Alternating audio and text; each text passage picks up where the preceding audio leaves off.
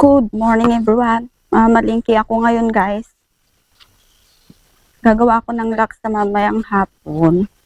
Tapos nagpapabili din si Margie para daw bukas. Bukas, yun din ang lulutuin niya.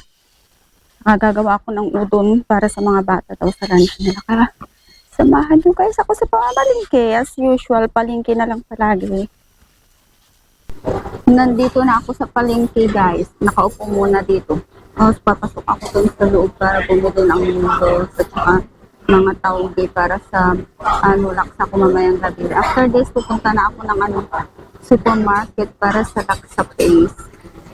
Ang daming tao, crowded, parang nakakahiyang mag-video. Baka mamaya may masabi sila. Alam niyo yung ayaw kasi nilang nalalagay yung yung mukha nila sa video.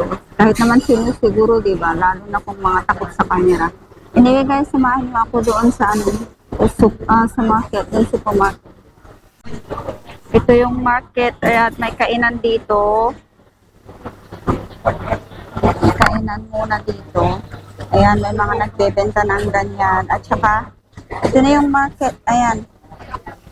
Nakakahiya mag-video. Dito ako kay ate bumibili ng mga gulay-gulay. Ayan. May mga benta silang ganyan guys. Pandan leaves. Ito yung sinasabi ko kay mama na magtanim ng pandan leaves sa Pilipinas kasi maganda to sa cake. May mga ganyan din sila guys. Hindi ako pwedeng mag-video sa loob kasi nakakahiya naman.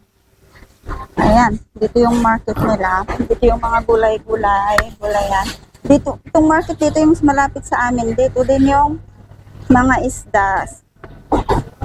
Diyan. Ayan yung isda.